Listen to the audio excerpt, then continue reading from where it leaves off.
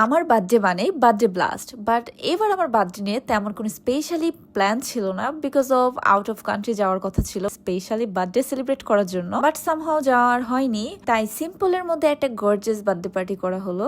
বার্থডেতে অনেকেই এসেছিল, কিছু কিছু ক্লিপ তোমাদের সাথে শেয়ার করছি। আমার তরফ থেকে তোমার জন্য thank you very much.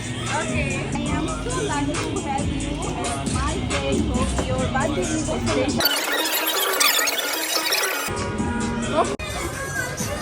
And আমি নিয়েছিলাম অ্যারাবিক লুক। সো আমার লুকটা তোমাদের কেমন লেগেছে অবশ্যই জানাবে। And at the first time yellow colour wear করলাম আমার বার্থডে। সব কালারই কিন্তু পরা হয়ে গিয়েছে, তাই একটু কনফিউজ ছিলাম এবার আমি কোন কালারটা ওয়্যার করব। বাই দ্য ওয়ে, এখানে সবাই দেখতে পাচ্ছ সবাই ডিনারটা কমপ্লিট করে ফেলছে, কজ আমি কেকটা পরেই কাটবো।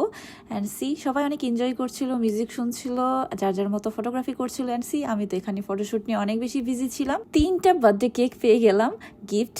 আমার হাব্বি একটা গিফট করেছে, একটা লিমেরিডিয়ান থেকে গিফট এসেছে, আর একটা আমার ফ্রেন্ড গিফট করেছে। সো 3টা বার্থডে কেক।